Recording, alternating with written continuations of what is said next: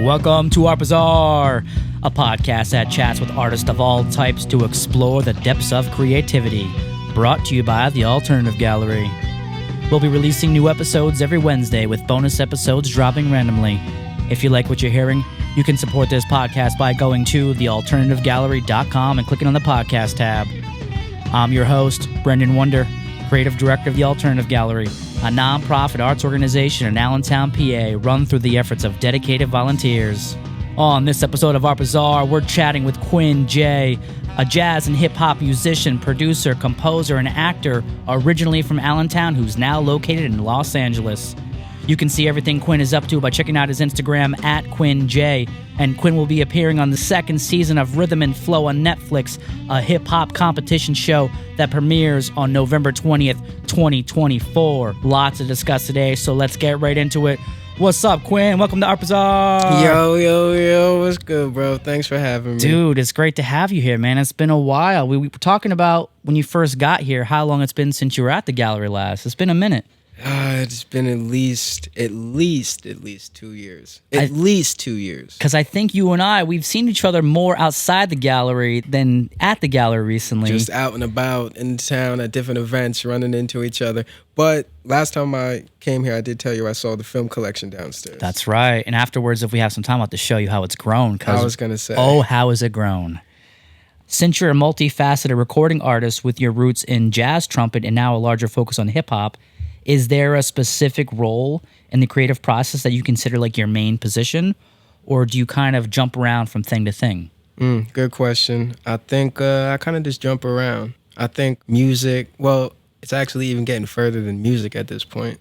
Art in general, I kind of just, and I'm a big role player. So there's times you in the studio and maybe, well, a lot of times there's not, well, I always think there's need for a trumpet, but in the studio, sometimes there's not need for a trumpet on somebody else's record. So it's like, what else can I do? I can contribute to producing. I can lay drums. I can play a little bit of keyboard. I can add maybe a horn line I hear in my head, play it on a synth. I could songwrite a little bit. So it's like a little bit of everything. But as a solo artist, it's really just doing all that for me, how I want it to be. Do you feel like hip-hop now is embracing more live instrumentation? Most definitely. I feel like hip-hop now is embracing everything, honestly. Like, you have so many different types of artists, so many different subgenres of hip-hop as compared to what it once was. I love what it once was, but, you know, everything grows in time. Same thing with jazz. That's right, man. Well, a lot of people think that culture is this one thing that stays in time and place, but really culture is ever-changing. Mm-hmm. And I love the fact that, you know, bands like The Roots really set the tone where you can have full live bands in hip-hop, where I love sampling. I love the old school 80s and 90s hip-hop. I love it. I'm never going to go back on it. It's always going to be my favorite.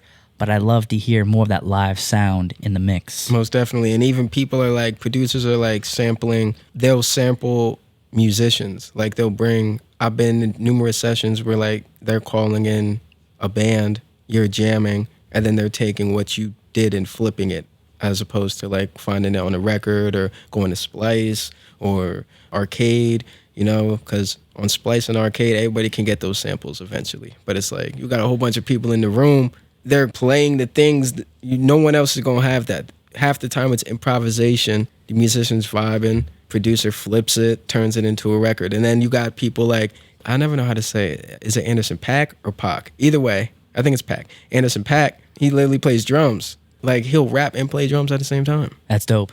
You seen him? I know who he is, but I haven't seen him do that. What? Yeah. Bro. I have to check it out. You would love him. Yeah, I'm aware of him as far as an MC, but I didn't know he played instruments He as plays well. drums. That's like, dope. Check out his you watch Tiny Desk. Yeah.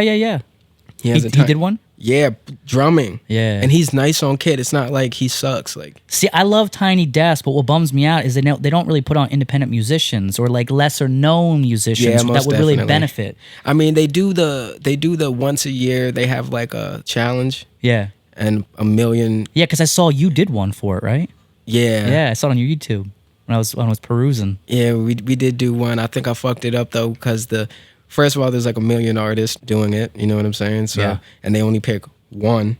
So it's like they really aren't looking out for independent underground artists. That's my main complaint with it, dude. They should be picking like 5. Like how you guys, there's like millions of submissions. You guys are picking one. They should be doing at least one a month, I think.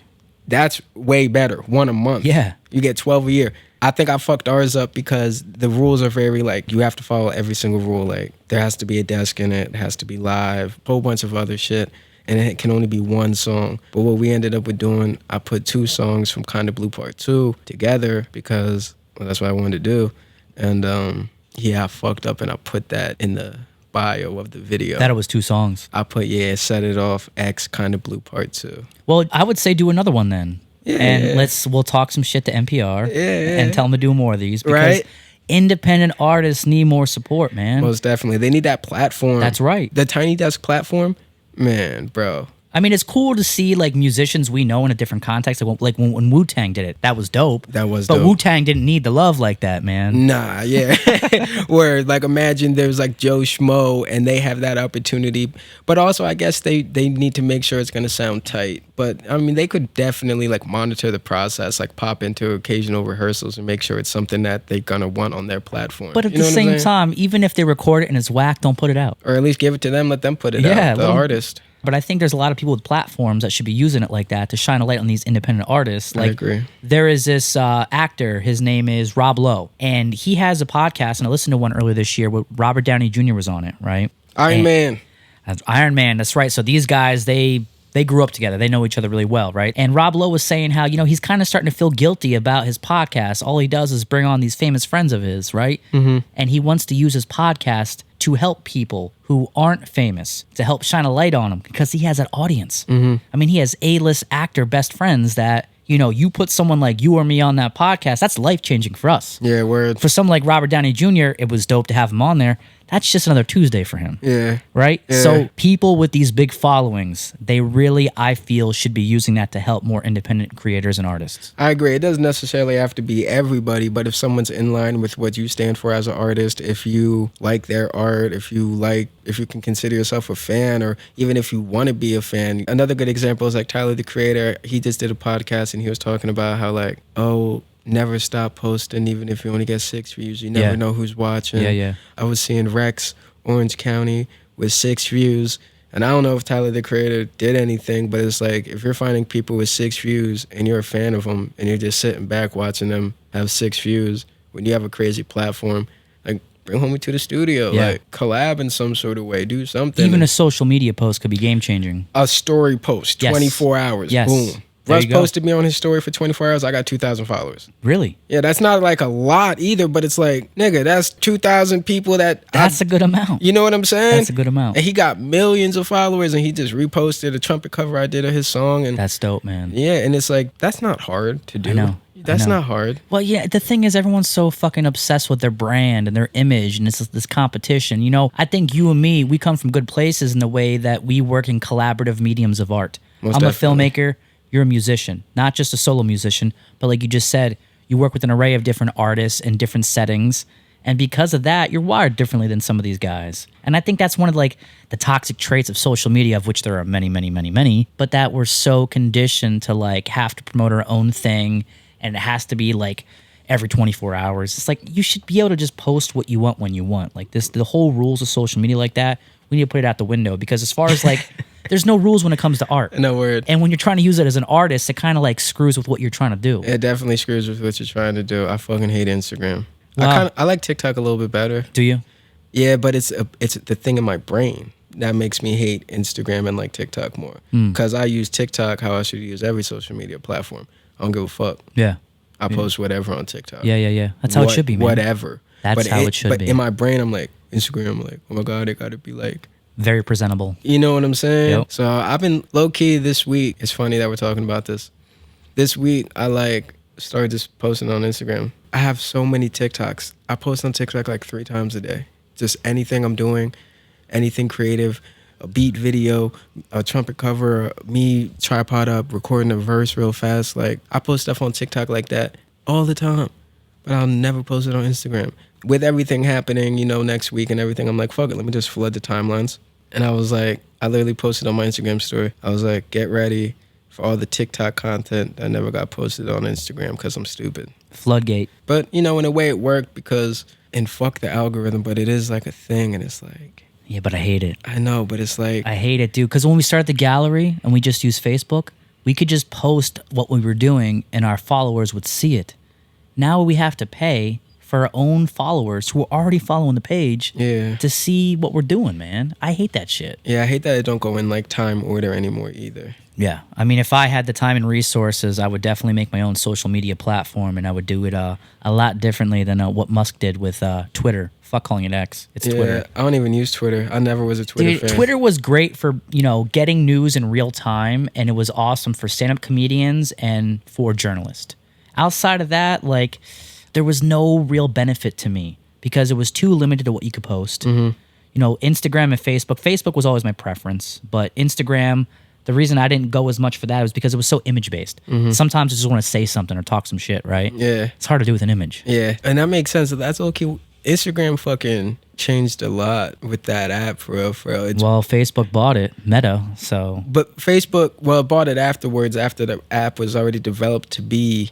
Like exactly what you said, the statement you said. Sometimes I just want to talk some shit that's hard to do on Instagram. And it's true. That's why everybody posts certain pictures or certain videos to always look a certain way. I know. And then that image. what fucked everything up. Yeah. That's what, because sometimes I just want to pop some shit too. I'm like, what the fuck? I gotta go take a picture of me with a Bentley and a chain on and a stupid caption that just to get my thought off, you know what I'm saying? Well, that's what it is, man. Too many people are posting what they think other people expect from them. True.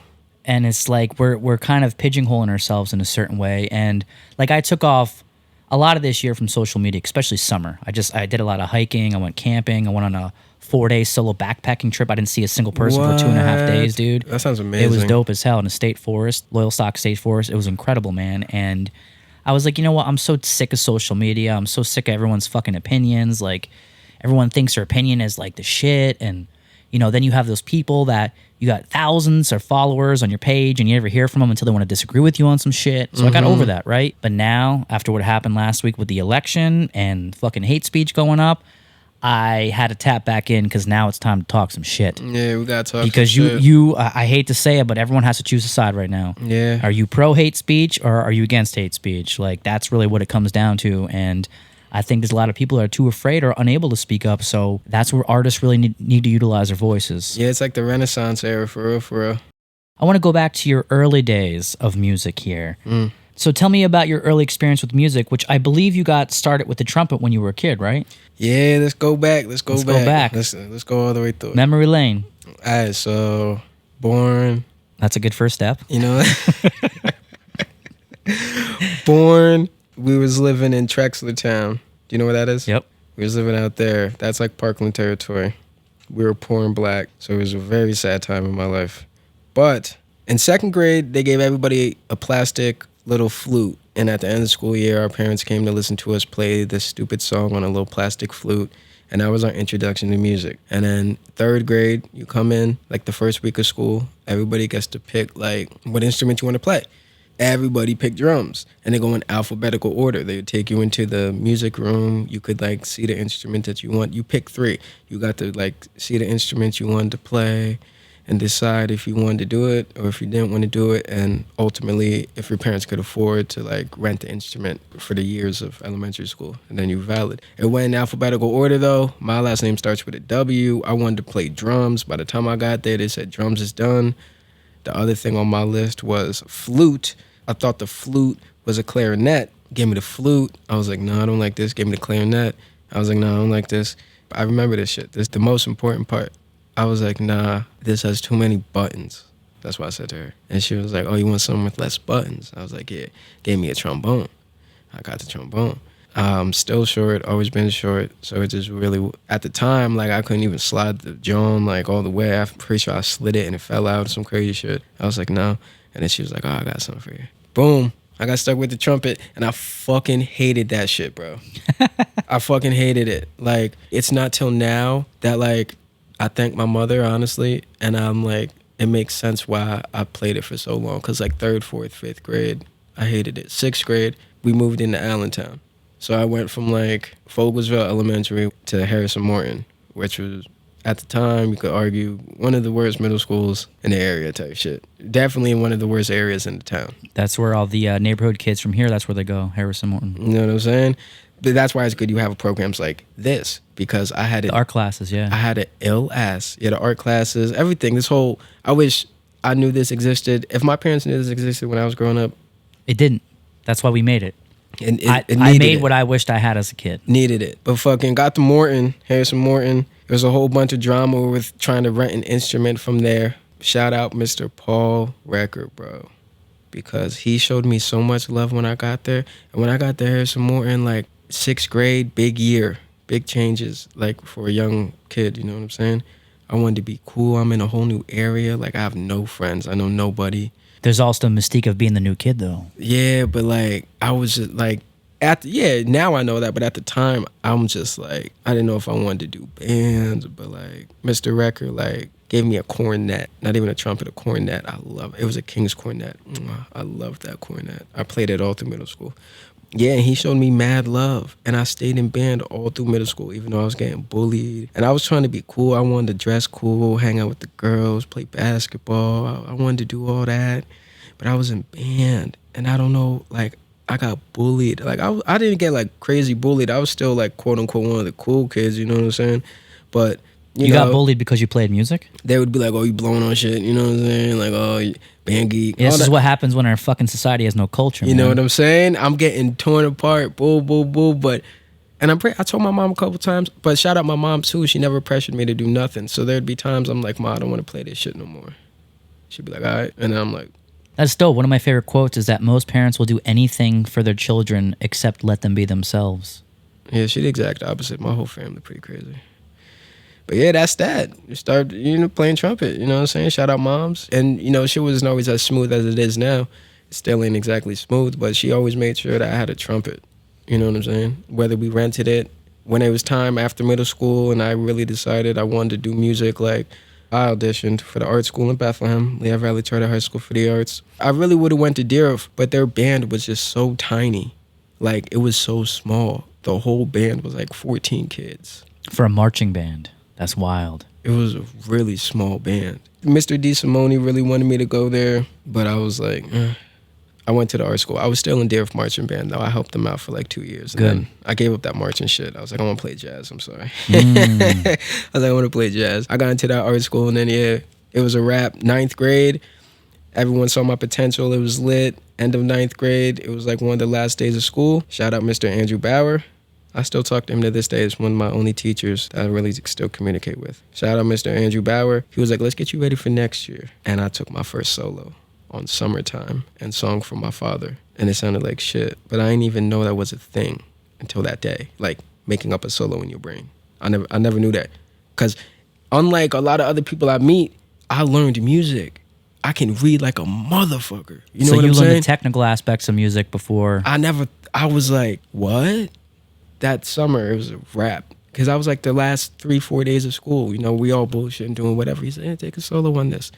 It was like some book, like Improvising for Dummies book or something. You know what I'm saying? Like, it had like the notes you should play for the chord changes. And I'm like looking at that, like following along, It was the first time I listened to everything like that. It was crazy, bro. That whole summer, Was it like a missing piece that you had found? Fuck yeah, bro. Yeah. I was like, oh, yeah. Because I knew I loved jazz. Because I liked... But you didn't know why yet, and this is probably the answer. And the thing is... All about improvisation. All about improvisation, feeling, and what we were talking about a little bit earlier when we were listening to music, the space. Yeah. That's all the... Like, the space between the notes. I used to listen to Miles Davis. I remember saying this. It's one of those embarrassing moments you think about when you're in bed about to go to sleep. I remember saying in like a class full of people, I hate Miles Davis. But I just didn't get it. I didn't know where the melody stopped, where the solo started, where the solo ended, where the melody came back in. Like, to me, I never could grasp. Well, he's a very technical player too. He's technical in how he plays his instrument, and how he like goes about the song is not technical. Yeah. He does his own thing with the melodies. Exactly like Louis Armstrong, we were just listening to. The St. James Infirmary that we played on that record is not the one I know. He did his own thing with the melody on that record. Mm-hmm. You know what I'm saying? Miles Davis did that too, and then would go into a solo. But the thing is, Miles Davis is like, the whole thing was a solo. Yeah. Like how he played the melody was a solo, and then he actually went into a solo. Well, he's very much one of those guys that understood the rules so well, which is why he broke them so well. And that's the thing. So right there, 9th grade, I started learning the motherfucking rules. 10th grade, I came back killer. So when did you get into jazz? Like around that time? 9th grade. Nice. I mean, in middle school, I was in jazz band. We did have a marching band for middle school. I was in band all around in middle school. but I love jazz. Paul Recker too, Mr. Recker. He was a trumpet player. He looked out for me, and I didn't even know as a youngin'. You know what I'm saying? I don't even know where he is. Actually, he retired from Harrison Morton like maybe 4 or 5 years ago. He probably don't even know the effect he had on my life. But that's how most kids are, man. They don't see the impact until later on. It's beautiful, bro. I remember sitting down. We would have private lessons throughout, like maybe Tuesday, Thursday. I got private lesson, 4th period. If my grades are good, I go down to band. Middle school. So I'm going down there. It's me and 4 of the trumpet players. He would come in with his trumpet and just play like some crazy jazz lick so high, like, and then he would like put his horn down and look at us, and it was just like so cool. You know what I'm saying? Dope, like yeah. that shit was so badass. I would have been all about that. Yeah, but I didn't know what the fuck he was doing. Like, Yeah. I'm not like, oh, he's improvising a solo right now. Yeah. And then he would, we would go over whatever. But I was in jazz band in middle school as well. But I did the solos, but they were written solos. I just told you, when we were listening to that Louis Armstrong record, one of the first jazz songs I played was Basin Street Blues. And I was with Mr. Paul Recker at Harrison Morton. Boom, boom. Even how Louis Armstrong played it on that record is not how I know the melody. The melody I know is boom, boom, boom, boom, boom, boom, boom, boom, and then boom, boom. I think that's more of the big band interpretation You know what I'm saying? of it, yeah. So what music were you into prior to jazz? Hip hop? Yeah, big Lil Wayne. Yeah, because back then Big that Lil was Wayne. huge among kids, I man. have an older sister as well. She's 30. She might be 30. She's in her 30s. But yeah, she put me on all that shit. I remember hearing Lil Wayne for the first time, printing out on Millie lyrics at like 9. Well, and this is gonna be a weird coincidence here, but you know where Lil Wayne's from? New Orleans. New Orleans. Same with Louis Armstrong. Same as which New Orleans they say is the birth of jazz, man. Oh, it is for sure. Yeah. It definitely is. And then everything else that came after that, you could argue is inspired or influenced by jazz in one way Absolutely. or another. Yeah, the foundation of modern music in this country, at least, is blues and jazz. Definitely. Absolutely. Definitely. Back to the work songs, all that. Yep. That was Field another songs, one. Yep. yep. The field song, the spirituals, Yep. all that shit. Yeah, I got a bunch of really interesting recordings of that stuff, man. It's like, it's like such deep, beautiful culture. Now, are you naturally now, because you're into different forms of music, different genres, are you like drawn to one genre more than another, or are you like really open to what you listen to? I'm really open to what I listen to, but I recognize patterns and I realized I never listen to what I'm currently making. You know what I'm saying? No, explain. I never want to be in a bubble. So I make a lot of different types of music. I rap, I play trumpet, I produce. Like, I didn't even do a whole jazz album yet. That's coming. That will be a thing. Like a whole jazz album. Like a straight jazz album. Yeah, yeah. swinging. Yeah. And then I want to do my my modern jazz stuff. There's so many different things. So I listen to a lot of things because I take influence from everything. Everything I listen to, every conversation, everything I see is, I'm an artist. I'm always in that mode, so I'm always getting inspired and stuff. So I listen to a lot of things, but what I realize is whatever vibe I'm shooting to make is not what I'm listening to. I'm usually listening to the exact opposite. So right now I'm making, let's go back a little bit. 6 months ago, I found this new, we'll go into this too because, quote unquote, a new genre of music. But about 6 months ago, I got really turned on to like this sound. I didn't know what the fuck it was called. I now know that the kids are calling it, quote unquote, new jazz. Now this shit is not jazz. You're probably thinking like, some like crazy, like psychedelic jazz thing. Not at all. It's a subcategory of trap music. And I never made music like that really. Kinda Blue Part 3 was the first. And then that's even where it's, all right. 6 months ago, I found new jazz. I didn't know what it was called. I didn't know what it was. But it's like synth, 808s, bending, a lot of melodies everywhere. Very repetitive. It's hip-hop, it's rap, it's trap. And I was fucking with it. I was like, yo, this shit is fire. The beats I was making and everything I was making at that time is very soft, very R&B, you know what I'm saying? Very smooth. I'm making stuff not for a jazz album, but like for an instrumental trumpet album. Like I was in a very smooth bag, but I was listening to this crazy, distorted 808 stuff. I kind of wrapped up what I was working on with the trumpet stuff, you know what I'm saying? You could maybe even say I wanted to make something else type shit. But now I'm like making new jazz, which is that crazy distorted 808 shit, repetitiveness, trap hip hop.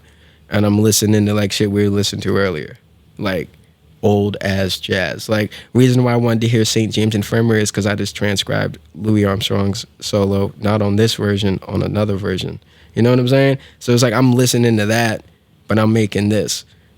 You know what I'm saying? Well, that's funny because the version we played earlier, before we started the podcast, we were just listening to records because why not, right? That's what we do. And it was with Earl Hines, who's like this amazing jazz pianist, but you can account for this firsthand where who you play with really changes how you play it. Definitely. So, I mean, there's probably dozens of recordings of him playing that song live or studio, and a lot of them are very different. Mm-hmm. And that's how it should be. I agree. That's how it should be.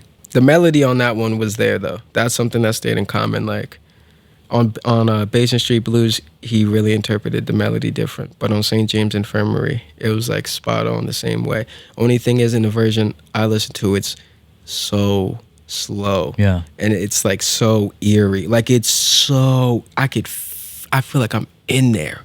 I feel like I'm at the infirmary. Like, it's so slow, bro. And it's just like, I feel like I'm there. Like, I get goosebumps. I'm like, fuck. So good. But yeah, bro, I listen to everything. Try to listen to everything. I listen to what I like. I can't force myself to like shit, but yeah. So what's your recording studio setup? Are you like going to one spot or do you bounce from place to place? How's it work? Fill me in. Studio in a backpack always. Yeah? Studio in a backpack always. Interesting. Laptop, couple microphones for different things.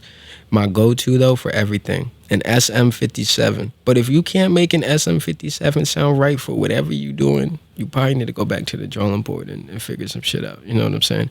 I could use that SM57 for vocals. I can use that for trumpet. I could mic a snare with that. I could mic a guitar amp with that. I could do anything. And a little Focusrite, you know what I'm saying? Just because I'm moving around so much, I don't really... And I think it's necessary right now to just kind of I'm still building, I'm still growing. I got to meet more people. I got to do more things. I got to shake more hands. I got to be in more rooms making music with more people doing a whole bunch of things. You know what I'm saying? So I got to be on the go. And sometimes when I'm on the go, don't always want to go to a studio. Sometimes, especially lately, because I've been recording myself so much, engineers piss me off just a little bit. So yeah, studio in a backpack, Focusrite, SM57, cable. I think it's important as an artist to not compromise your vision, man, because, collaboration's great, but it really can screw you at the same time. And some engineers get that, and some engineers get in the way. It's like, at the end of the day, bro, we got to remember, I'm here, I paid you, I want to record my song. Now I'm with everything. Let's mold this how we do it. But at the end of the day, it's either I say yes or I say no. Like, you know what I'm saying? Either we're going to do your idea and it's going to be fire, or I don't want to do your idea. Sometimes people get butthurt about that, and they're like, "Oh, you said no to my idea." You know how many niggas tell me no in the studio sometimes? Yeah. I'm there. I'm every session there with a trumpet. Every time someone starts playing a beat, I'm putting trumpet over it. You know how many times people tell me no? And then finally someone tells me yes. And it's like, yeah, you know what I'm saying? Well, I imagine, like, how often are these guys actually find other trumpet players for stuff? Man, I mean, in Los Angeles, you throw maybe 4 or 5 rocks, you could probably hit a trumpet player. Yeah? Yeah, for real. Ain't the story out here, though. No, it ain't the story out here. But, it conditioned me because I was talking to somebody else from the East Coast, too. Like, from a small town. Way different. When you go out there, I'm like a kid in a candy shop, bro. Like, and that's why I have a producer in L.A., shout out AC. I fuck with him. He helped me a lot. He got me a lot of my first couple placements and shit. He's like, I love that about you. Like, you do things that people from here wouldn't do. And it's true because I'm not from there. I know why I'm there. You're bringing a different flavor. I'm there. No, not that, but also like I'm there for opportunities to network and to build. So is that why you moved out there? Hell yeah. Yeah. And look, it just worked. You know what I'm saying? I love here. I'm damn near bi-coastal. I'll stay here for 6 months. That's how it's been for the past 5 years, realistically. I'll stay there for maybe a year, come home for like 6 months, and then go back the fuck out there for another year, 2 years, come back. How long you back here now for this run? I'm honestly getting a little antsy right now. Yeah. But, so I'm going to stay for the holidays. I'm probably going to leave January. Okay. Into the new year, go back. But honestly, I'm hoping to get to a place where like everything is more fluent. I would love to be back and forth more fluently, but it's a thing of my brain too. It's finances obviously, but it's also like a thing of my brain. Like I like take too long to like dive back in and get settled. Like when I get to a place, I like relax for a long time before I feel like ready to actually like go outside type shit. But I just went out there for that. There's a lot of trumpet players out there. There's a lot of trumpet players in New York, but it's like, who's gonna go outside and get the motherfucking opportunity? Yeah. Like, I'm doing shit that a nigga from a small town does when he gets to a huge city. When you go out to LA, like I'm imagining you play live too, right? Mm-hmm. We had a residency. Tell me about that. Where was that at? That was at downtown LA. It was at this joint called Culture Lounge. It was a 420 friendly venue. Shout out Jasmine. Jasmine is the girl, the woman, she's not a girl, that put me on Rhythm and Flow. And I don't even know how she found me, but she messaged me on Instagram. She was like, hey, I see these people follow you. They were like people I've been in the studio with, other producers. She was like, I'm hosting a private jam at Culture Lounge in downtown LA. I would love for you to come by and play. Jazz jam? Yeah, but not like swing. Okay. More like instrumental jam. It was like, so it was open genre. yeah, you could do whatever. I'm pretty sure we just improvised some shit, honestly. I just went up there and jammed, for real. But I was like, can I bring some homies? She was like, yeah, I trust you. Just know that how they are is a reflection of you. I'm like, all right, cool. As it should be. As it should be. They came through. I met her in person. I was like, hey, thanks for like reaching out. This place is cool. We're smoking in there. Band's playing. A whole bunch of cool people networking. Boom. I'm playing trumpet. Boo, boo, boo. I kill it. The sound guy was like, you should be here once a week. He's like, I want to mix that horn once a week. I was like, let's make it happen. I'm not from there. I'm there for opportunities. So someone tell me that. I'm not like, oh, I'll call you tomorrow.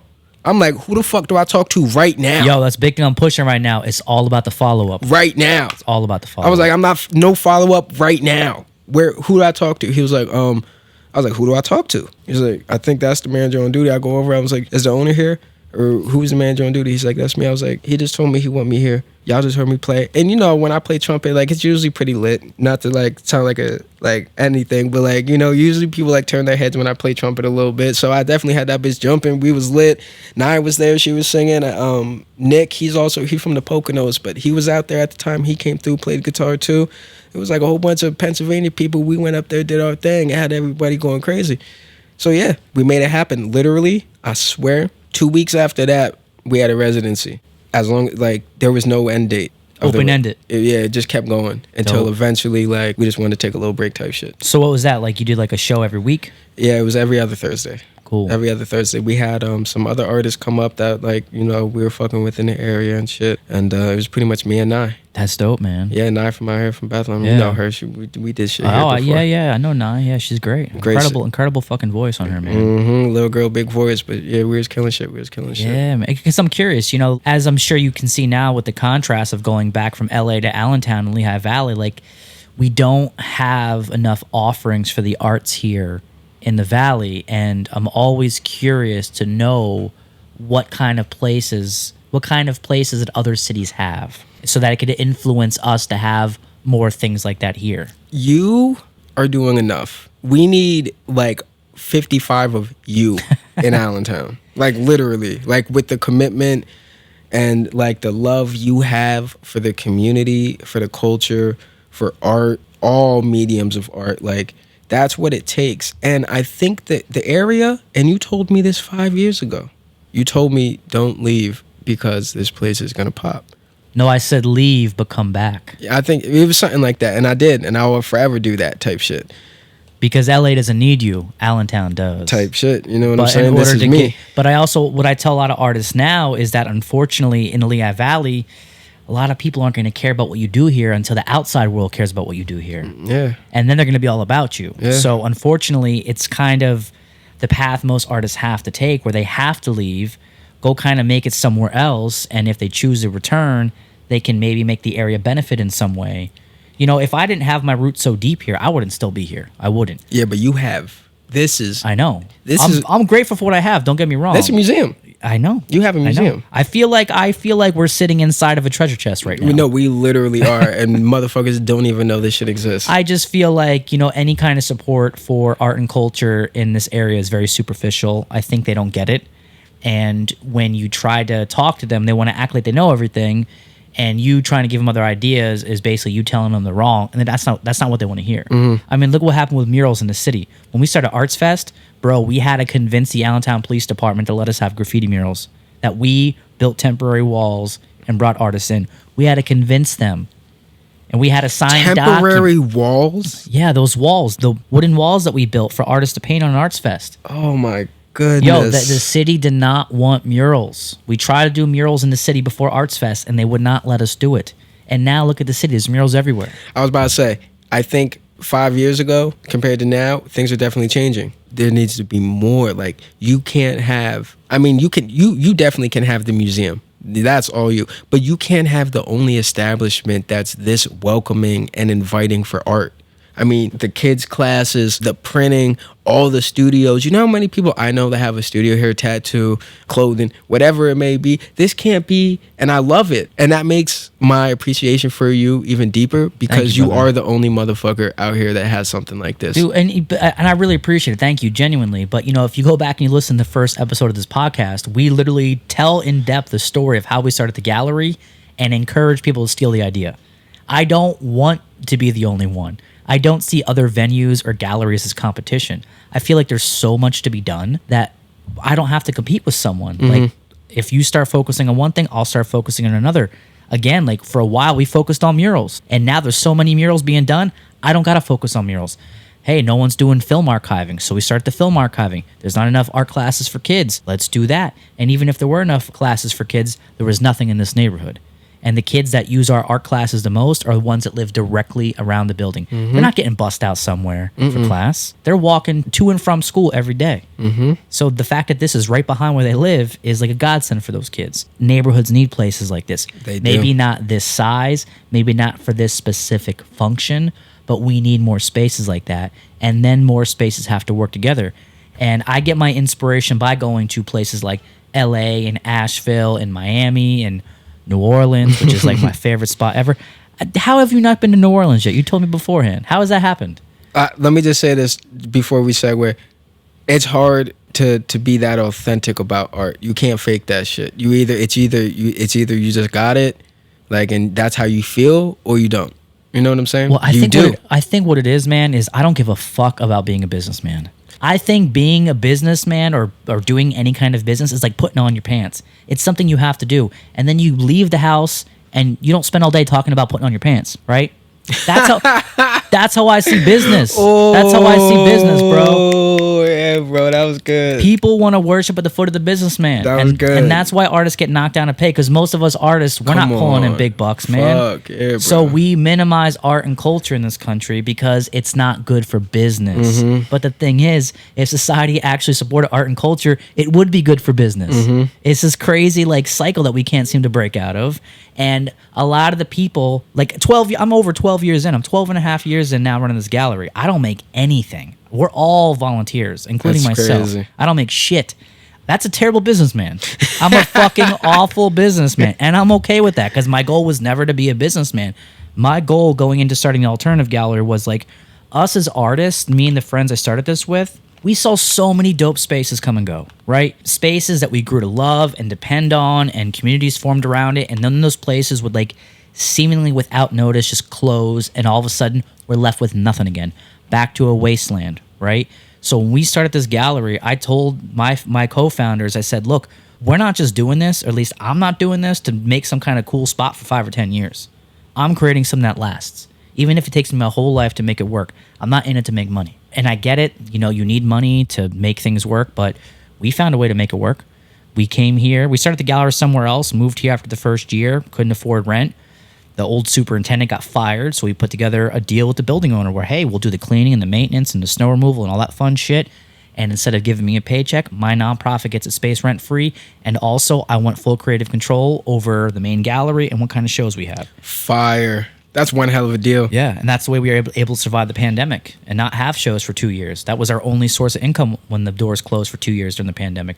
We don't sell art. Who the hell's coming to North 4th Street to buy a piece of artwork? It's not happening. Yeah, unfortunately right now, no. It's not. So it's like, I understand where we are. I love what we get to do here. I wish it was more widely embraced. And the people that visit here, especially like artists and musicians, dude, they fucking wish they had something like this there. No, this place is amazing. And now I'm like begging them to steal the idea. And we've taken it a step further where we're not just like, oh, wouldn't it be nice? We've now begun to get organized.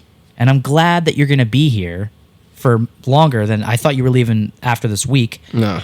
we've been doing these things called artist takeovers. Have you heard of these? They're these meetings of artists that, because I realized that it's like I never really see a lot of my artist friends unless we have a show or an event. So basically, like when we're at work as artists, right?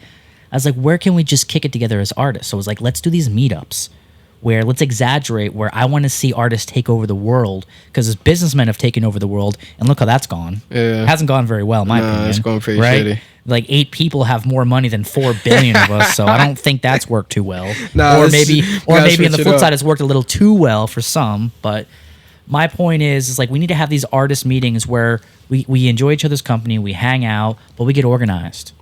We work together to collaborate and share resources and maybe start other venues, maybe travel together. So the next one is next Thursday, November 21st, the day after your show comes out on Netflix, I'm there. which we're going to talk about in a bit. So my goal at this one is to get a minimum 100 artists out, and it's of all types. Musicians, filmmakers, actors, painters, dancers, everything. Ain't no vending, there's no structure, there's no format to it at all. It's open-ended. You just come there with business cards, ready to chat with other cool creative people. And I'm working on setting these up eventually in all 50 states. What? Artist takeovers, yes. I'm working right now on one in Jersey and one in Baltimore. Those are the next 2 I'm working on. So once we get that next one, now it's like, all right, now we've done artist takeovers in 2 states, 3 states. Now, my goal is to try to travel to all 50 states when we do these to be there, but I don't have to be there for it. Mm-hmm. And I want to tell artists this is how we do them. This is why we do them. And we need artists to take a bigger role in this world, man. Otherwise, we're always going to get the short end of the stick. Almost none of us are going to make a living off of our artwork. And it's going to be that way for generations to come. And I'm not cool with that shit, man. Yeah, me either. Frankly, I do what I do because I do not accept the world for how it is. Plain and simple. So that's why I'm glad you're back home so you could be there for it, man. Damn. Yeah, I do what I do for that reason too, man. Fuck all that other shit. So why haven't you gone to New Orleans? You haven't made it there yet. I'm actually surprised. I just haven't made it there. Bro, I'm gonna be honest. I really, and this is something I'm changing. Like, I'm a full-ass, grown-ass adult now. You know what I'm saying? Like, yeah, it's hard. I gotta start doing, like, these things. Otherwise, they're just not gonna happen. Like, I dream of going to New Orleans. Every person I talk, literally someone today, some random person, we just started talking. I said, I play trumpet. They're like, we gotta go to New Orleans. Like, I hear that more than I hear. Do you know what a second line is? So every Sunday, they do this every Sunday in New Orleans. Check this out. So they have different social clubs down there that pull a permit to do a parade, right? And then they do them to like legit neighborhoods. It's not the tourist sections of the city. It's like the Tremaine neighborhoods. And they have the club usually make some kind of float, and then they have their own band, right? So it's the club, and then second in line is the musicians. Anyone is welcome to walk with it or even play along with it. So you can travel to New Orleans with your trumpet, and you could be a part of this second line. Any week? Every single Sunday, aside from Carnival season, aside from Mardi Gras season. Every Sunday. They have like a predetermined route, obviously, as you need to have to get the permit. And they stop at a bunch of like different bars and stuff like that so that you can use the bathroom and anything like that. And then on either side of the roads, you got people with like grills and fire pits, making barbecue and food, selling it, right? And then New Orleans is also an open container city, meaning you can drink beer and liquor outside. So you got dudes pulling wagons, selling drinks and shots. That's fire. It is the height of American culture from what I've seen. That and like Native Americans are like, that is like where it's at, bro. Yeah, I gotta go fuck with New Orleans, man. Every Sunday, man. Every fucking Sunday. It's incredible. I just don't have I don't really, but you know, that'd be the best. You know, the hotels are a little pricey down there because it's a tourist town. If you had a friend you could stay with, it would be so much cheaper. I know a couple people in New Orleans. You should make it happen, bro. You should really make it happen. I'm gonna make it happen. And I'll tell you some of the good bars and clubs to go to check out live music. Yeah, I'm gonna make it happen. I would love to open a gallery space down there too, man, because New Orleans, as rich as it is, they don't have a gallery like this down there. Really? I can't find one at least. And if I'm wrong, someone correct me because I want there to be. Yeah. Not that I don't want there to be. I can't find one. To have like an AG type gallery down there, I think would be amazing. Now my artists have another hub to go to. And that's ultimately what I want to do with the gallery is have locations kind of all around the world so you can send artists from spot to spot to spot to spot. You need to do it. I know. You did it. So you You're gotta doing get it. there, man. I am, and we're gonna keep doing it, man. We're gonna keep doing it. I'm gonna get there for sure. I have to. Louis Armstrong, and everyone's always talking about the jazz. Yeah, bro. there's so much down there. I mean, I see pictures. I didn't know the parade was called Second Line, but that's why I was like, it sounds familiar. That's why I was like, You performed at one of my favorite things that I've ever done, 50 Spots. That shit was fun. Remember that? Yeah, so man. What do you remember from that? What was that event? From your recollection, what was that event? All right, boom. There was these little like squares, 50 spots of the city. The Blue Music Notes. The Blue Music Notes. Are they still there? Some of them are still there. Yeah, I'm pretty sure I saw one. Which, by the way, those were inspired by New Orleans, because when you go to the cemeteries in New Orleans, the tombs of jazz musicians are marked by a Blue Music Note. That's fire. I want to put Blue Music Note on my shit. You should. And if nobody does, I'll do it for you. Please do. I'll put one on your shit too. Thank you, bro. Thank you. Fuck out of here. But yeah, and it was music everywhere in the city. A whole bunch of types, whole bunch of genres. I'm pretty sure people were like playing like musical chairs, not literally, but like musicians and artists were like going to different spots after a little bit, changing out. But me, Maximilian, and and there was power for people to plug into certain locations. You know what I'm saying? Everything was official. Yeah, bro. It was just music everywhere in the city. Yeah, and we did it on a Sunday. So the whole point was that, in my experience, I only hear live music in the city when there's a special event. Mm-hmm. And I don't think music should be a special event. No, it should be an everyday thing. Music. We need live music every day of our lives. It needs to be right there in the public, in the open, for people to see.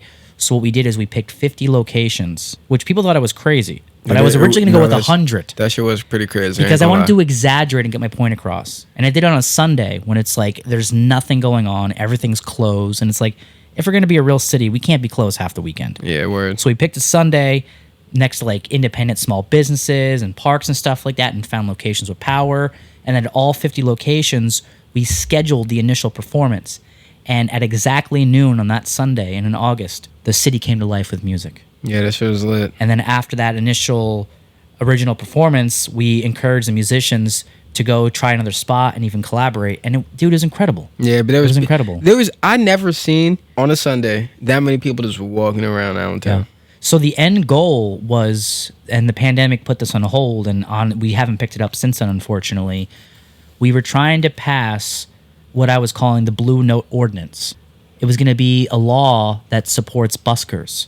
I was going to go only with 5 locations, 5 permanent locations, where you can go to that spot, marked by a Blue Music Note, once again, painted on the ground, more permanent this time, and you did not need a permit, and you can perform certain volumes during certain times of the day, and you can collect tips and maybe sell some CDs related to what you were doing, and it would have been a great way for artists to make money here. Well, where we at with that? So when we were doing it, we approached a couple members of city council, and they loved the idea. But then, you're talking about 2019 here, Allentown City Council they were battling each other. We couldn't get anything done. We couldn't get it on the agenda at that time. Then the pandemic happened only a few months after that. That was in the summer of 2019 that happened. And we had already planned to do another one in 2020. Mm-hmm. The city was not issuing permits for anything because of the pandemic. Man, we got to get that shit running for this summer. Because one of the benefits of buskers is that, like, you and I, we might know a dope musician to come and invite out to play here, but what happens for people we don't know? That's the whole thing of the busking spots, is people would naturally show up here in Allentown that we didn't know. Mm-hmm. And they would start incorporating themselves in the scene, even if they were just passing through. It would have been a great way to not only have music and culture every day in our city, but have new people passing through. Because if a musician knows they can come to Allentown and be supported with this program and not get hassled by the cops, they're more likely to come to Allentown. Most definitely. I think it's bullshit. And here's the thing about this whole permit thing. It's not just like a permit for a day. You got to get a permit for every spot you want to be at. Correct. So, like, if I want to, I don't know, start, like, a random day. If I just want to go outside and play trumpet, I got to go get a permit to stand on 7th and Hamilton. Mm-hmm. Then let's say, I want to go to the Rose Garden. I got to go get another permit. Yeah. And it's not going to get cleared that day. No, you got to get it weeks in advance, and you have to have insurance. Exactly. You got to have all that extra shit just to play my instrument outside. I was able to make the city give me, like, kind of an open-ended agreement where this one permit covered all 50 locations, and they wanted every single performer to have their own insurance. I'm like, you're talking about artists here, bro. I'm not going through that. Yeah. I'm not doing that. I don't think I had insurance. No. Everyone was covered under the AG insurance. You know, but the thing is, like, I get why there's permits, man. And, like, I was even anticipating if that law were passed, you know, how someone might come and abuse it. Those are things we were trying to worry about, because there will be opportunists that will come with something that's created for good intention and try to use it for not as good intention. How could you use that for not good intention? Well, someone can say, you know, maybe they're just like hawking bootleg T-shirts or something like that and trying to say it's some kind of performance art. Okay. Some bullshit like that. All right, I see it. Okay. I see it. You know, someone just going there and just yelling and talking shit and be like, oh, it's art. So there needs to be a sense of curation to it, right? Most definitely. So I get why those permits and those issues are in place, but like we need to create a system that's more flexible. Agreed. Flexibility is key here, man. I see that. I'd like to pick it up at some point, but honestly, I hate to say it, but I've lost a lot of hope for this city, man. I've lost a lot of hope. Yeah. I'm going to keep doing what I do here, but the powers that be in this city, they have done everything to push back against what the artists really need in this city. Yeah, you know more about like the political stuff. I'm kind of more, I kind of just be like seeing and peeping vibes, but you actually know. Well, people come to me because I'm visible, asking to help with shit. So I hear from a lot of different people, and it's the same shit over and over again. And last year, we actually made a formal plea to the mayor to change things, and he encouraged us to write this letter. The mayor claimed he saw the same issues with the Arts Commission, other things happening in the city that we did, and he wanted us to formally put those issues in writing and have, he said, a few artists sign it. I had 100 artists sign that shit. 100 artists sign that saying, we agree with these problems. The solutions herein are what we want to see happen.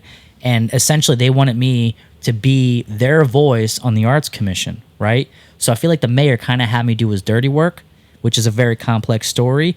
And then after all was said and done, we got the changes we wanted, but then he refused to put me on the commission on behalf of these artists. It was incredibly undemocratic of him. And unfortunately, that's where we're at. So until this guy's out of office, there's not going to be a Blue Note ordinance.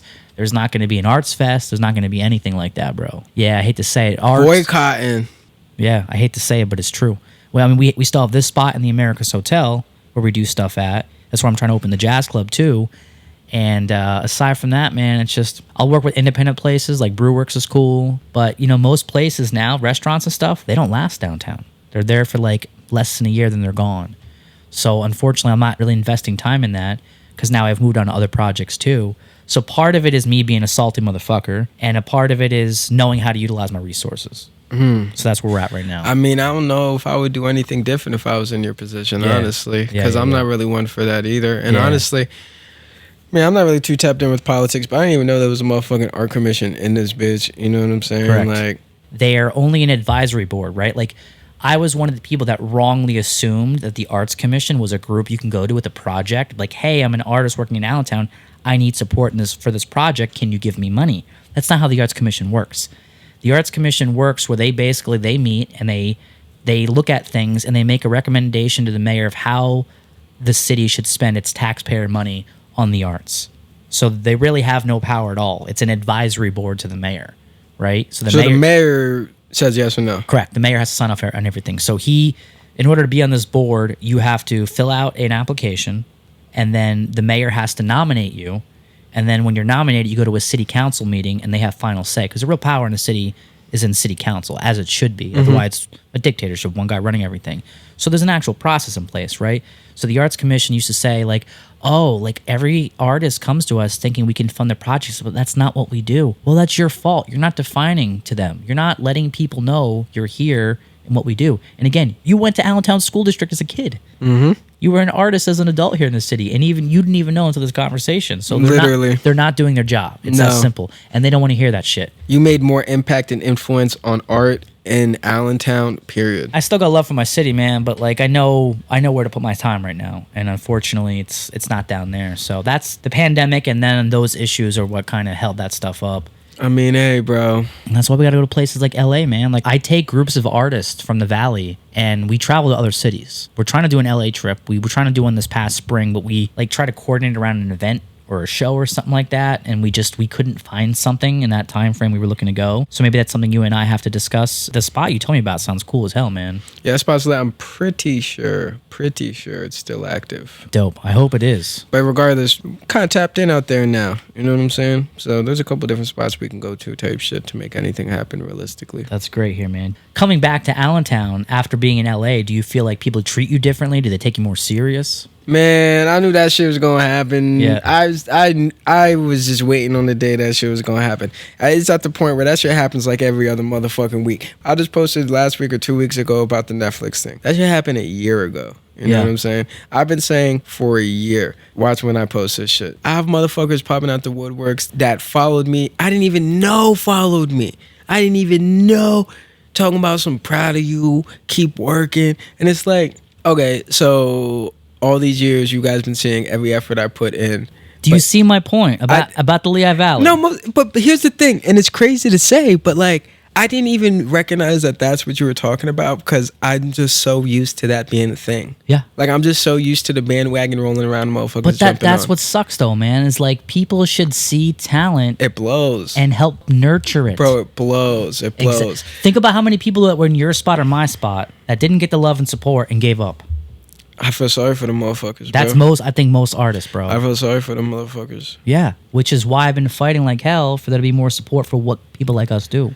Bro, you're doing a lot, bro. You're doing a lot. I firmly believe that you're doing everything you can. For real, for real. You got to understand, too, bro, like, you can lead a horse to water, but you can't make it drink. I was trying to get it done, accomplish it by brute force, and I realized that's not kind of what's going to get done. It's not. I'm waiting for these people to catch up with us, man. The fucking politicians up in fucking City Hall and shit, them, but also some of the other artists, too. You know what I'm saying? They got to catch up to what you want. You know what I'm saying? Going to LA gave me a lot more appreciation for you, for this establishment, for this environment, because I just didn't know. It's almost like, not that we're spoiled, because we're not spoiled, but like having a you, having a this is a big deal. Like, it means a lot. Fuck motherfuckers at City Hall. The artists in the area more. Not even artists, because I'm pretty sure artists realize how important you are. I'm sure, and if they don't, motherfuckers should give you flowers daily. You know what I'm saying? Dude, even people that hate me recognize how much I do. Hell yeah, bro, because like, you you're can't a fucking deny piece of shit, it. but though, you can't deny it. The community also has to see that shit too, but you can't force people to see that shit. But it's happening. Correct. It's happening, and that's why it's kind of upsetting to see, not to see, but to hear where you're at with like everything going on. But also, last time we really chopped it up about everything, I remember hearing that there was some, like, you were butting heads with City Hall about some shit. Oh, it's been years, man. Yeah, no, it's been like 10 years of trying to get them to understand. You got to do what you got to do sometimes, bro. That's why, guys, like, it got to be fuck them for a minute, you know what I'm saying? That's disassociation, man. That's how I look at it. I'm disassociating with them and putting my time and focus somewhere else. That's what it's going to be the most benefit to the people I'm trying to help out, man. Art in America has always been looked down upon, but it literally is one of the only things that fucking keeps this bitch propelling. Yeah. Literally. And it's just like the narrative of what it is, and it sucks. What did everybody do during the pandemic? They played video games, they watched movies. Was on streams, doing this, doing that, TV shows. They were interacting with virtual concerts, all this other shit, because there was nothing else to do. And for a moment in time, they realized how important the arts were. Literally. And it was like, damn, all right, well, now everything's back to normal. Yep. I don't know. Honestly, it's resilience. I don't discredit any artist or any artist at all. Some people are more of an artist than, like, some people are just more output in it than others, but, like, I can never tell motherfucker what art is, and you know, I'm not really with that. There's no rules to it, that's why. There's no rules to it, but I feel like one of the things that makes, like, great art is that resilience. That, like, fuck it, I'm gonna just do it. Like, I'm gonna just keep going. Like, I'm gonna just keep quality though. This shit is fucking quality. You know what I'm saying? Yeah. Everything that comes out of this bitch is fucking quality. Everything that come out of, no, I was gonna say everything that I put out is quality, but there's definitely some things in the past that ain't too great. Well, what I try to do is, like, I'm a naturally curious person. When I travel, I try to take these tidbits of inspiration back with me to infuse into this. And before I started the gallery, I mean, I was a New Yorker for 5 or 6 years, so I saw a lot of cool stuff in that. And not only was I a New Yorker, but I worked in the film industry, and I also worked in a company called Drape Kings that went and set up all kinds of like pipe and drape, but we also did like audio and video. I was on every major stage in the city of New York. I got paid to go to the top of Empire State Building many times. Damn. I was at when the Nintendo when they launched the Nintendo DS. Like, I was intermixed with so many things. Fashion Week, and I was at all kinds of different major art shows, and we used to set up like at Giant Stadium, the green room for like the SNL cast for like a rap party and stuff like that. So I was like all these different unique bubbles that I got to experience, and then I brought this unique perspective back with me when I started the gallery. So I tried to do something that represented all of that, and try to focus on the art forms like graffiti and metal and hip hop, things that weren't allowed in galleries around here. That's what we try to focus on. Because again, there's a lot of stuff that needs to be supported, so why try to double down on what someone else is already doing? I'm not going to try to compete with that guy because I think I could do it better. There's all these cool cats that I think are doing amazing stuff that aren't getting enough love, and I'm going to support those guys. Yo, bro, how old are you? I just turned 40 yesterday. What? Yeah. Yo, happy fucking birthday. Thank you, brother. Oh, shit. Thank you, yeah. Reason I asked that is because, well, how old were you when you were doing all that in New York? From basically 21 to 26. I started the gallery when I was 27. Look, I'm going to be 27 in February. This is not something I've really ever realized for real until last January when I was shooting Rhythm and Flow. Fucking, I like the story about how you, exactly like what you told me to, go and come back. And that, now that we're talking about it, that is exactly what you told me a couple years ago, go and come back. Because I was talking about leaving and you were like, go and come back. Yep. That's exactly what you did. And you learn things and you bring things home. I'm a very community-based person. Like, I understand Allentown's small, it may not be the prettiest, whatever. I fucking love this place. You know what I'm saying? This is home. This is home. I feel like I'm moving into like a role like that, but it just has to make sense, obviously. I would love to be a superstar. I think, not even would love to, I look at myself as a superstar. You know what I'm saying? The quality of music, how I perform, all the mediums of art I cover, I consider myself a superstar. Even though I'm not known, even though I ain't like crazy popping yet, like I consider myself a superstar for real.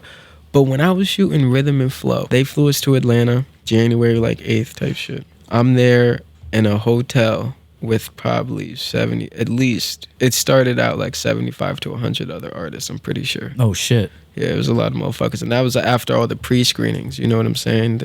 There's thousands of pre-screens. And then live auditions before the first recorded live audition, numerous interviews, background checks, all that good shit. Bunch of motherfuckers, right? And I got like 25 of these motherfuckers in my hotel room. I'm making beats. I'm recording everybody. We are competing, right? And I got people I'm competing against in my hotel room, helping them with their song that they're going to be using to compete against me in a competition. You know, and I couldn't help it. It's true artistry though, bro. I couldn't help it. Yeah, I couldn't help it. Good for you, man. Boom. Things didn't exactly go how I expected it to go with that. It's good that this come out Wednesday too, because this comes out. So this episode releases the same day that comes out, man. So I'm cleared to talk about everything on Netflix. Type shit. Yeah. Not giving no. But it didn't exactly go how I wanted it to go, tell you shit. I was going to come home just because I was like a little defeated. But I went back to LA and I was like, okay, I'm not just a solo artist. I was like, the highlight of all that, obviously, performing was that hotel room with motherfuckers from everywhere. Yeah. Different vibes. Fucking with my beats. I'm recording them, putting some of them on auto-tune for the first time. Bro, I'm sure that was their highlight too. It was. I low-key want to drop an EP of all the shit I fucking made. Dude, there are certain moments in our lives, especially creatively, that stand out. And I'm sure that's one that's always going to be there for you. No matter how far you may go or what you might do, that is foundational now, man. Like, I got goosebumps right now. Shit clicked there. But it's crazy that you did that from 21 to 26. I was in Los Angeles figuring everything out. As me as an artist, me as a man, me as a human, me as a who the fuck I am, period. And the other thing is, I got this tattoo right here. It was originally just for me. It's like an eye of horse, but it's IQ. And it's like an identity thing. Like, that's me. You know what I'm saying? Individuality, like, I believe in God, I believe, you know, all that good stuff, but like at the end of the day, me, I feel like one of the things I'm meant to do here, and I believe every person has a gift, every person has a a purpose. You're supposed to use your gift to fulfill your life's purpose. I believe that. I feel like one of my purposes is because I feel like I just have so much knowledge about like the music business for real. Like maybe not as much as a fucking entertainment lawyer, but like more than Tom, Dick, and Harry that are trying to get into it and don't know nothing. And I love helping like artists. I really do. You want to use your experience to help others. And I want to do it in a way. So Kendrick Lamar, one of my favorite musicians ever. Yeah, he's dope. I love a lot of the things he does. And I never want to bite off of what anybody else is doing. But he started, I'm pretty sure he brands it as a quote unquote at-service company. And it's called PG Lang. Ultimately, I don't want to label. I do not want to sign motherfuckers. I do not want to do that. I do not want to be a manager. But I know all these things. You know what I'm saying? I would love to have a quote unquote at service. I said different words the other day, but at service, like company IQ. Out there in LA, I learned a lot about fucking videography and photography, lighting and shit. I shot a lot of, not me, I lit. You were part of productions. A lot of fucking productions. Bro, and this is exactly why we do these artist takeovers, man, because this information should be shared. And that's all I want to do. Since I've been back, I got back in March. Because my health, unfortunately, my eyes, I woke up February like 12th, I was blind, bro. What? I was literally blind. Fuck. I cried numerous times looking into the mirror because I couldn't see myself. I thought I'd never be able to see myself again. Oh, man. I ended up getting diagnosed with this rare autoimmune disease called VKH. And what happened was my immune system just geeked and it attacked my eyes and the back of my retinas, which is like kind of hard to like do anything with. Swelled up. Even now, I have permanent like waviness. So you couldn't see anything at all, like blackness? Not blackness. I could see. It was literally like you ever look at like a plastic bag, like a giant bag, or and you put that over your face, and you could see colors and like kind of shapes. So you can see light, but not. Bro, I couldn't see detail. I couldn't see myself in the mirror. Wow. Like I remember literally looking to the mirror and seeing like I saw a shape in darkness, you know, but like I could not. I would get mad close to the mirror. I couldn't look at my phone, bro. Wow. I was blind. And it's terrifying. Yeah, it took them like 2 weeks to catch what was going on because the disease is so rare. You know, I had to get right type shit.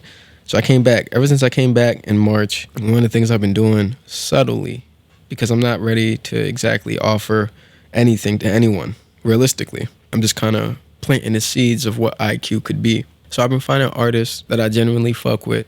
I ask myself, what are they lacking? And it sucks. I have all these answers for other people and I don't fucking have them for myself. That's how it goes, man. Not that I don't have them for myself, but I'm just like, why can I shoot? Bro, I've been icing music videos for like 3-4 artists on my iPhone. And I'm like, why can't I do this for myself? You know what I'm saying? Like, I'm helping motherfuckers with content, preaching how important certain shit is. Dude, I feel you. I'm in the same position. You know what I'm saying? Like, I'm doing all this for other people that I should be doing for me, but it's like, well, gift and purpose. The gift was trumpet playing, and that was just a door to open to art in general, bro. Like I'm fucking with everything these days, bro. Like now that I'm actually like not even very tapped into like videography and shit, like I want to get more hip to like the film stuff you're doing here. Like I want to be at the artist take. I'm more eclectic. So you do have to leave and come back. See, those words made sense. I did it firsthand, so that's why I was able to give that information. It clicked. And would you give that same information to other artists in your position in this city? That I did. I tried to tell anybody that listened. The only person that listened was Nye. Interesting. And she's killing it. Is she still out there? Right now she's in Puerto Rico, I think. Wow. Yeah, but on just on some like vacay shit. Okay. You know what I'm saying? We both had some pretty rough years. It's hard to art and life at the same time. Dude, I know, man. Yeah, climbing the ladder is not easy. Nah, man. It's not easy at all. And that's why I want to try to make it easier for us to have each other's backs, man. Bro, I always felt bad in the past that I didn't have a lot to offer besides like trumpet playing. But now I got to a point where it's like I can help with lighting. I can help with angles. Yeah, I can but help dude, with like coloring. trumpet playing was so clutch for me, man. Because first of all, I'm a jazz freak. Oh, I play trumpet for you, bro. And Whatever like you want. the one time I took you on the roof when we took photos up there. Remember the 360 video I did? Yeah. Or how about when you and Max, I had you guys walking around in downtown Allentown. I did the tracking shot following you guys playing. Bro. Dude, how dope was that? I mean, bro, that's some of my favorite stuff I've ever shot. I love that shit too. If you want me to play trumpet, I have wanna no do that. problem playing Dude, trumpet. And my camera rig has stepped up in a big way, man. So. Let's run it. I have no problem. So Anything that's one I of can many do. things we could do. Anything I can do. Anything you need from me, like We can figure it out. What exactly I can So do. I am trying to do this jazz club, man. And the thing is, I'm gonna try it at the Americus Hotel. They have the club in the basement, and I'm doing. We haven't booked the first date yet, but it's going to be probably early March where I'm bringing up a full jazz band from New Orleans, like traditional jazz. Oh, Yeah. So you're really going for it. Yeah. So we're going to do like a whole It's like right after Mardi Gras, but they're on a Mardi Gras tour. So I'm going to like grab them and put them in here. So we're just working on the date now. I love the Americas Hotel, but the guy like has his own ideas for stuff. So I don't know if it's going to like work long term as a dedicated jazz club, but at least we have a spot to do not just jazz, but we can do blues, we can do hip hop, any kind of thing like that. And I want to eventually, even if that works, I still want to create a complete standalone jazz club in Allentown. That's fire, bro. We need it, bro. We fucking It need used to. This used to be the pit stop to Philly. Allentown used to be a theater city, man. We used to have like 12 or 13 theaters at the same time, and Broadway would actually come and test out their new productions in Allentown because we had a high population of Pennsylvania Dutch who aren't really known for their sense of humor. So the idea was, if you can get these guys to laugh, you can fucking get anyone to laugh. That's so funny. So that's major Broadway productions would come here. They were kind of like a test audience. That's so funny. And tweak things to see if it would work there or not. And we can be that again. We can absolutely do that again. We were that once. Why can't... I don't think we'll have 12 or 13 theaters in the city, but let's have 4 or 5 or 6, right? Let's have a couple little jazz clubs and stuff like that. Like we had at one point, we did have a jazz club here, I'd say like 8 years ago. It was called Sugar Hill Jazz Club. But the problem was there wasn't enough curation to it. They were letting just any old Sugar Hill. Yeah, it was a cool spot, but... It was on 9th. It was on 9th. Yep. They were open when we started the gallery on 9th and Hamilton. We were right across the street from PPL in the hotel. That's where we had the gallery, and they were there, and it was cool. But the thing is, there were all these people that owned it, and they were all letting their friends come in and do whatever.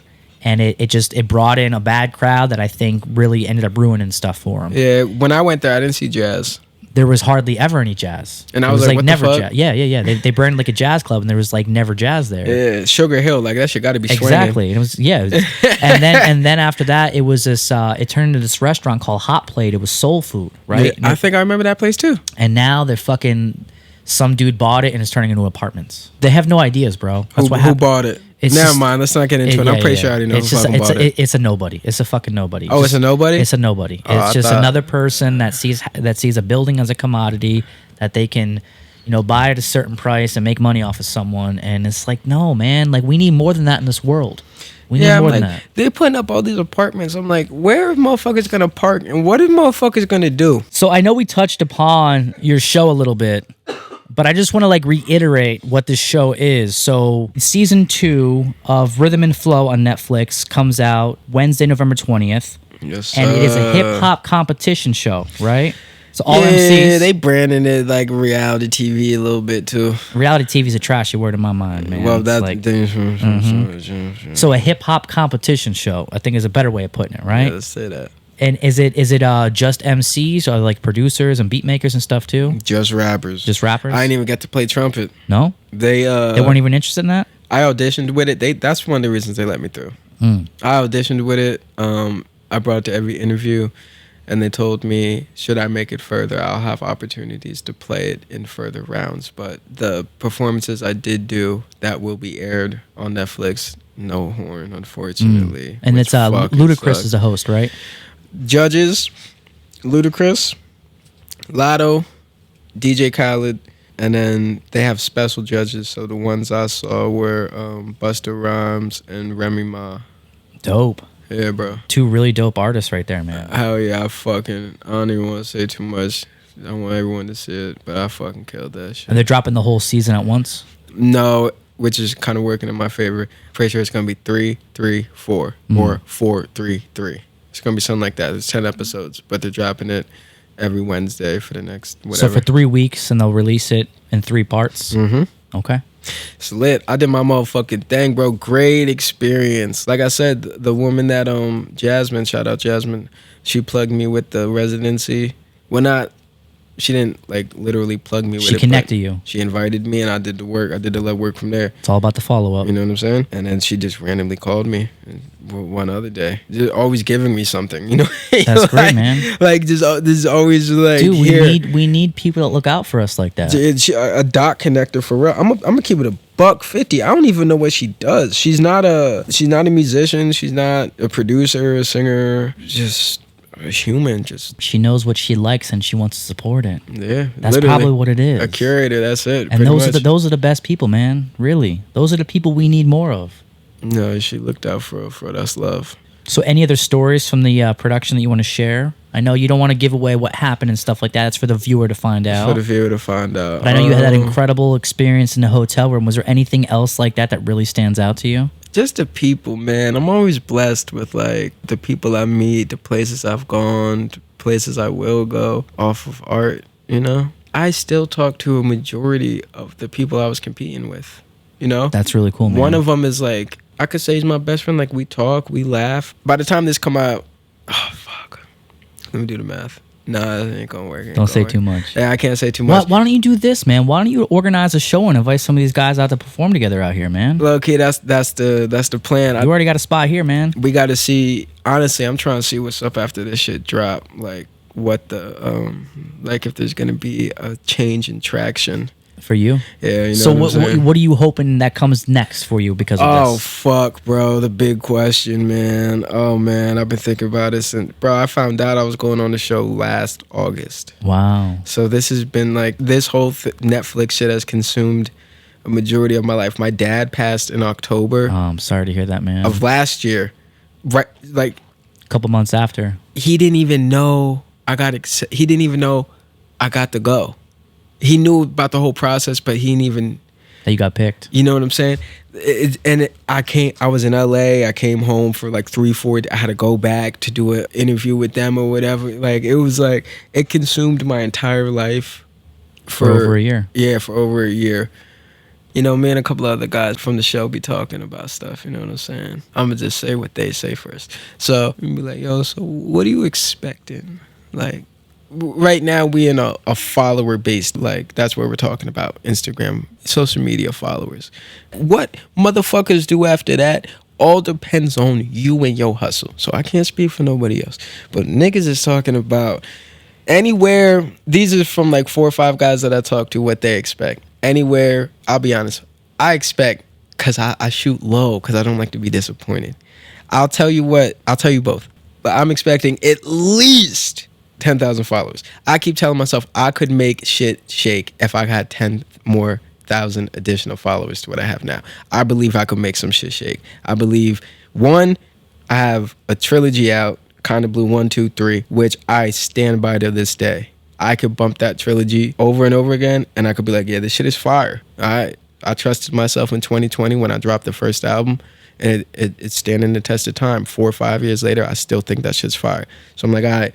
The problem with me has never been making fire shit. It's been getting it out to mass amounts of people. So here's the chance. So let's say, you know, my shit spike up a little 10K. I got shit in the pot to work with. You know what I'm saying? I'm sitting on 3 albums. A very, very, very, very mainstream new jazz album. We were talking a little bit about new jazz. Well, it's not even mainstream yet, but we were talking a little bit about new jazz. So I got stuff in the pot. The other homie, I'm being humble. I was like, I'll be cool with a little 10K. This nigga said 100,000. He's like, you gotta think about it, bro. This not city-based, state-based, country-based. This is worldwide. They got Rhythm and Flow Italy. They got Rhythm and Flow France. They got another one somewhere. And this on Netflix, a worldwide platform. And I killed my shit. So he's saying 100K. I'm like, all right. What I want to come from it, I would like a larger amount of people to resonate with my art. I would love if it would be 100K. But also, I've been let down a lot. So in my brain, I'm almost like, you have to be all right if there's 0K, no K. That will not change anything. Yeah. I done performed for 5 people, 500 people. It don't matter. The art is always going to go. It really is hard to call because, like, I get your friend's point about being on Netflix, but the downside is there's so much on Netflix. Exactly. And from what I saw, they're not pushing it a lot. They're not. which is a problem. So what you're going to have to rely on here is hip-hop artists and hip-hop publications and websites. They're picking it up and getting into that audience. And then look, I did my research on season 1. The winner, Grammy nominated, he's fine. But also his brother, Sir, signed to Top Dog Entertainment, Kendrick Lamar's old label. They were like label mates. So it's like some of the other people on the show, I looked up damn near every motherfucker on the show. Some of them are doing fantastic. Like fan-fucking-tastic. Some of them let up. Some of them got discouraged and did not post no music or nothing even on Instagram since that. Some of them have 500,000 followers. Some of them got 34,000 followers. All of them have a K at the end of their shit. Ain't it crazy how niggas care about having a K at the end of their shit? But it's like, bro. I think they really want an M, though. Of course. Niggas, they want that million. We want the M. It's not necessarily that I want a lot of followers. It's just that I want my music. I love art.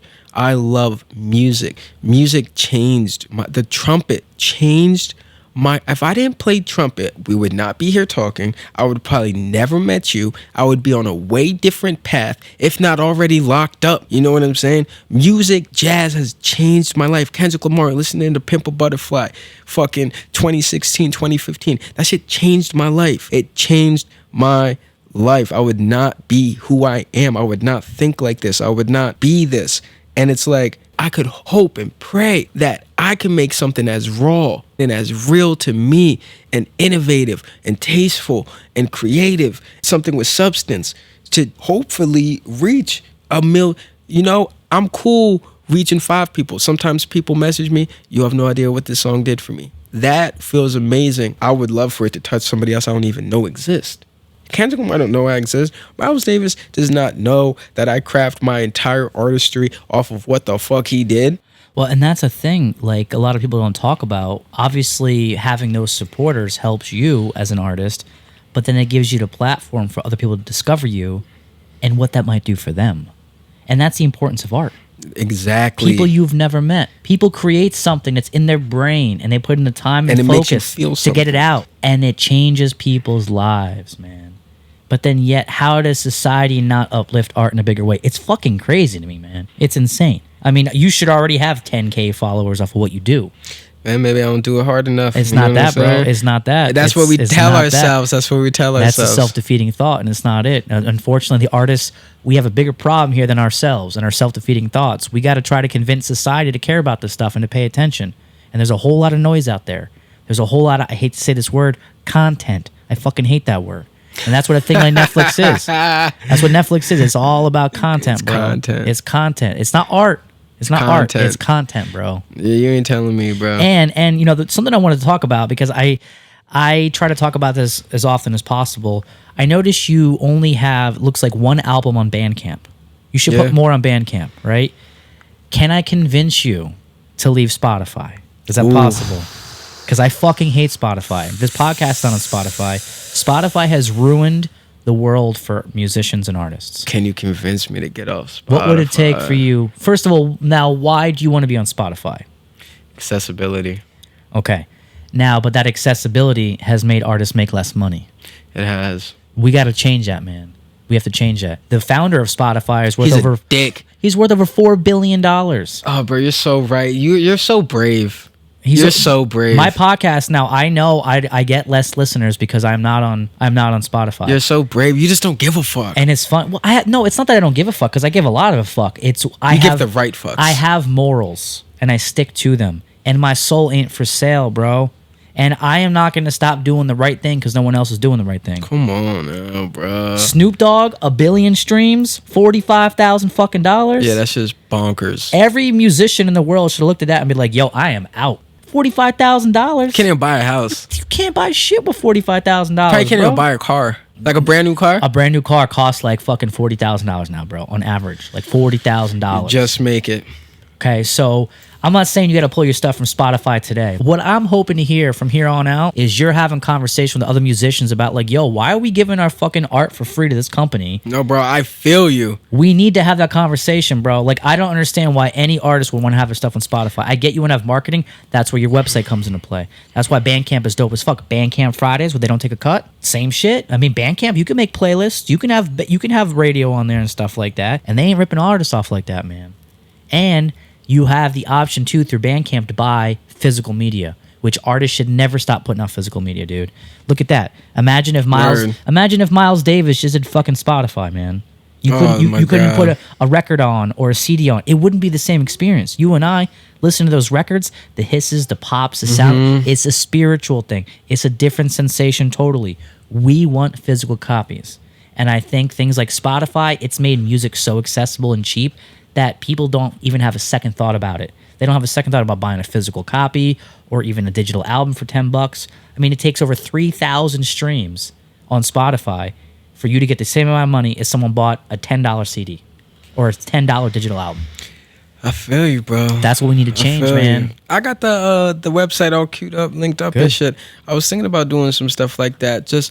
But I feel like for me right now, it's either I resonate with everything you're saying. I have a reasoning for why I didn't do it yet. And when I will eventually do it. Personally, and this could be a very stupid idea because it could work if I do it now, I'm waiting to just get a little bit more traction so it can be worth my while. But I understand. Because Nipsey Hussle, he had a mixtape that he made. I think it was like a $20,000 mixtape. Like one motherfucker bought it. I think it was Jay-Z or some shit.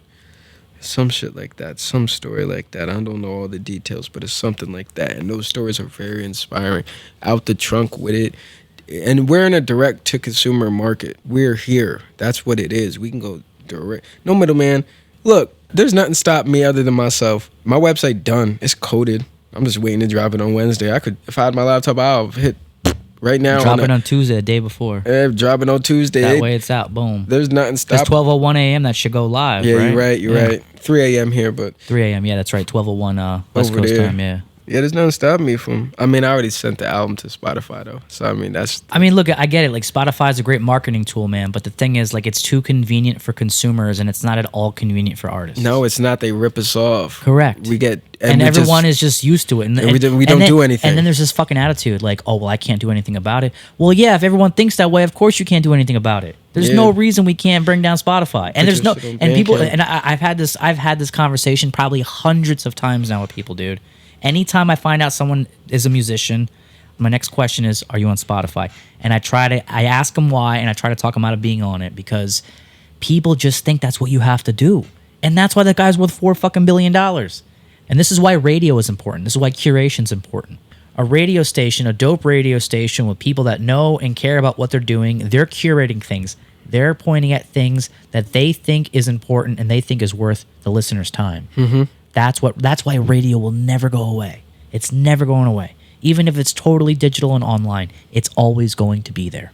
And you need to find some dope-ass radio stations, usually college stations. They're the best ones. So you're going to be at the Artist Takeover on the 21st, right? Hell yeah. Are you going to tell a bunch of artists about it, bring them out too? Well, here's the sad thing, honestly. Man, I've been tapped out my city for so long. I got a couple people for sure, but I'm me explaining to you like how I'm moving too. I'm always on the hunt for artists right now. Well, dude, and here's the thing: it could be someone who hasn't created in a long time, someone who's never created but might be interested. Doesn't have to be an artist. Someone that just likes art and culture and wants to support this stuff.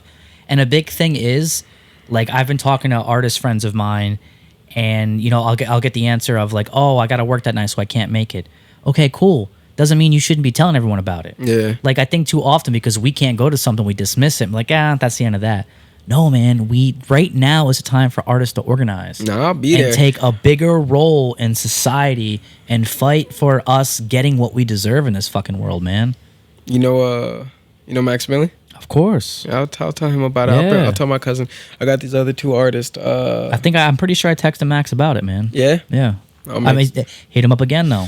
People are hearing it from 2, 3, 4 angles, man. They're going to be a lot more likely to be like, dude, this is all right. People are really talking about this. What's going on? One of the things we've realized, nothing attracts a crowd more than a crowd. Makes sense. So as soon Literally, yeah. Because the thing is, people are saying, wow, it's worth all these people's time. It must be worth mine, or at least it's worth my attention to see what it is. It's popping. That's what I would say. I was always popping. Hey, even when if I want to get something to eat and I'm in a place I never go or I never been, I go to the restaurant that has a line. Mm-hmm. That's when it was good. I just went to Mexico back in August, and that was the thing they talked about because I love street food. They said always find the street vendor that has a line. Yep. Because if the locals are eating there, you know it's good. Yep. Right? So. Good rule of thumb. That's right, man. Yeah. So, yeah, we have that Thursday, November 21st, 6 to 9 p.m., the Artist Takeover at the Americus Hotel. I'm there. I'm excited to see that place, too. We got to set one up in L.A., man. Let's make it happen. Let me get back out there. I'm serious. Kind of touch down, see what's going on, check the temp, check some waters, and then I'll tap back in with you. This is not till next year though. I'm chilling here. I may make a short trip at the end of this month to shoot some videos type shit, but it would literally only be like 4 or 5 days, and I'm coming back. And the season 2 of Rhythm and Flow, of which you were a part of, the hip hop competition show, premieres on Wednesday, November 20th, 2024. The same day this episode comes out. So when you're done listening to this, hop over to Netflix, check out the show, see Quin repping Allentown, right? And LA, both bi-coastal. Man, I told him put Allentown on my thing. I stressed it. I'm sorry, Allentown. I don't know why they did that. They did it because no one knows what Allentown is. I know, but they put some other people's whack-ass towns on there, and too. It's funny because I heard them all promoting, like, oh, the reason it's so dope is because people from everywhere, and then, like, they didn't put Allentown on there. Literally, my boy's from Santa Ana, too, and they put Los Angeles for him, and that's, like, big for him because, like, L.A. and, like, where everything is type shit. Yeah. And, like, I really just wanted Allentown to get a little bit of love in this bitch, but this nigga actually got some territorial problems. So speaking of love, do you want to give any shout outs before we wrap it up here? Yeah, let me give a shout out to Aunt Buddy. I love you. Let me give a shout out to Aunt Mary, Auntie Latoya, Auntie Bev, Auntie Ann, my little brother Ozzy, my other brother Javon, killing it in NYU. Boo got a full ride. Yes, sir. Shout out Javon. Shout out my sister J-Rock, Josh Moves. Appreciate you. Shout out Big Sis. Shout out my cuz. Oh, man. Shout out Nye. Shout out Millie. Shout out all my peoples. Oh, shout out my nigga B, Brando. Yeah, Nye again. I love you. Yeah, that's everybody. That's great, man. Great shout outs there. Shout out you, motherfucker. And shout out to you, brother. Thanks for being here, man. Bruh. Yeah, we're doing our thing together now, aren't we? Hell yeah, man. Now that you got that the traveling artist thing going for you now, and you've done some things, man, now we can fucking crush it together. I'm feeling inspired. I'm getting what you were saying many years ago. Let's do it, man. There's a reason we always stayed in connection, man, and here we go. Here we are. Once again, we've been chatting with Quin Jaye, a jazz and hip-hop musician, producer, composer, and actor, originally from Allentown, now located in Los Angeles, bi-coastal. You can see everything Quin is up to by checking out his Instagram at Quin Jaye. That's QUINJAYE. And he will have his website up. Hopefully we'll have that in the show notes by the time this episode goes out. And Quin will be appearing on this upcoming second season of Rhythm and Flow on Netflix, a hip-hop competition show that premieres on November 20th, 2024, same day this episode releases.